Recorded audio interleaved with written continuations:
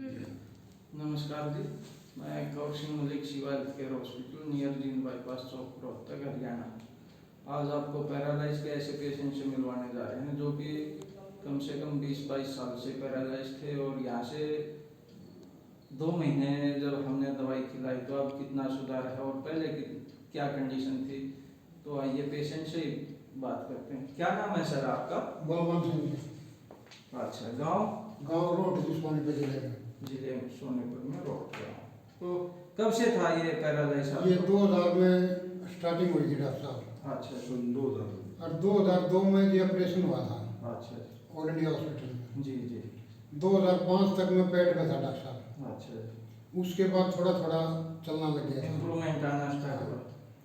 फिर डॉक्टर साहब 2015 के बाद फिर दोबारा पैरालाइज हो गया। पैरालाइज शुरू हो गया जी दोबारा। फिर डॉक्टर साहब ने फरीदाबाद सेक्टर 10 में पार्क हॉस्पिटल में दोबारा ऑपरेशन फिर करवाया उस चीज़ का। जी जी जी लेकिन वहाँ डॉक्टर ने अच्छी तरह केयर नहीं की उसकी, जी। तो कुछ निकल गया कुछ रह गया। अच्छा उसके बाद 2019 में दोबारा हम पानीपत पार्क हॉस्पिटल में गए थे। जी वही डॉक्टर पार्क वाला बदल के पानीपत पाया जो बोला जी आपका ऑपरेशन दोबारा करना पड़ेगा। जी तो फिर लड़का कहने लगा कि डॉक्टर साहब इसके पैर कति खत्म हो जाए। जी जी। बोला जी होश क्या है। कि उन्होंने 50-50 बोल दिया जी। 50-50 वो। ठीक भी हो सकते हैं और बिल्कुल पैरालाइज भी हो जाएंगे खाट पर। जी तो उसके बाद डॉक्टर साहब फिर हमने सोचा कि चलो ऐसे है ऐसे कैसे रह जाए। जी जी।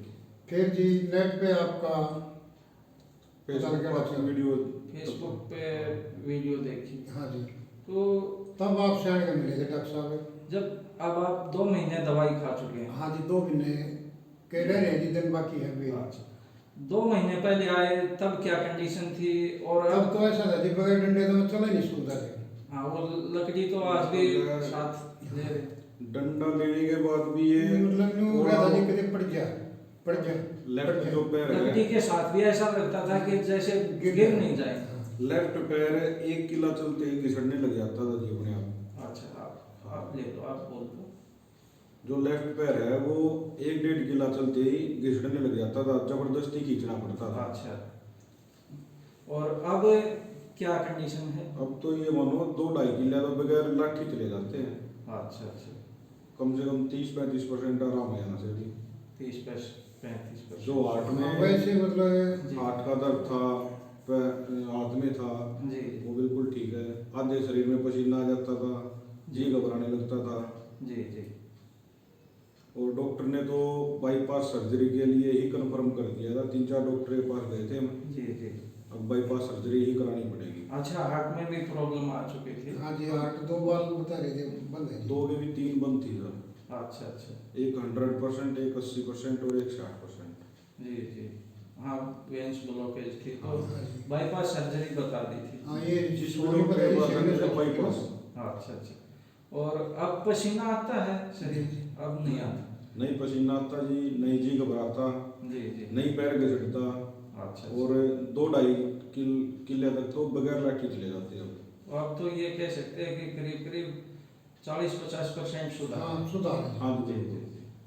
चलो, अच्छी बात है। तो और जो आपको विदेशों तक आपको देख रहे हैं तो क्या संदेश देना चाहोगे? और हमने जो आपको आयुर्वेदिक दवाई भी दी और दिनचर्या और खाना पीना जैसे बताया वैसा आपने किया तब इतना सुधार आया, तो हाँ जी। क्या संदेश देना चाहोगे आप शिवा हॉस्पिटल के बारे में पब्लिक तक हम तो कि ये कहेंगे जी, कैसा हॉस्पिटल है, कैसा इलाज है और आयुर्वेद से अच्छा इलाज है या एलोपैथ में अच्छा इलाज है, वो आप बताओ। हमने तो आयुर्वेदिक में अच्छा लगा जी। अच्छा लगा।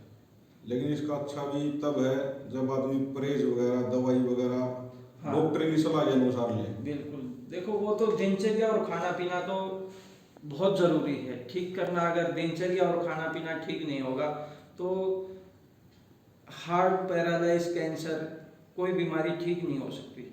अगर दिनचर्या और खाना पीना जैसा हम बताते हैं वैसा अगर पेशेंट करता है तो पैरालाइज है, हार्ट की प्रॉब्लम है, किसी भी तरह की वाल सिकुड़ना या ब्लॉकेज का होना, या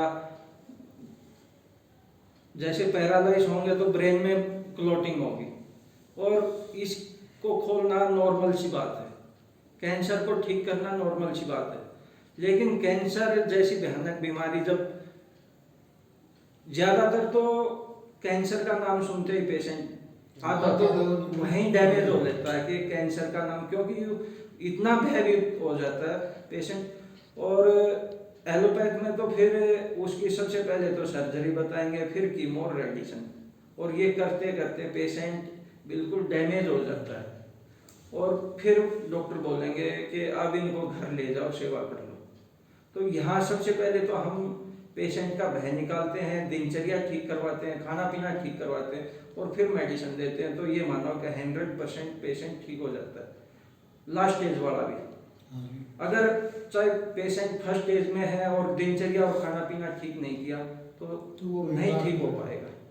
तो सभी से मेरा यही आग्रह है कि सबसे पहले तो बीमारी आए ही नहीं तो दिनचर्या और खाना पीना ठीक रखें, ऑर्गेनिक की तरफ जाएं, ऑर्गेनिक खाएंगे।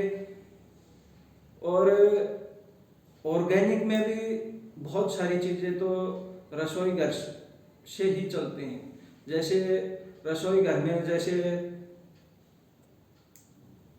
एल्युमिनियम और स्टील के बर्तन, नॉन स्टील के बर्तन यूज होना, ये सबसे बड़ा बीमारी का एक घर है।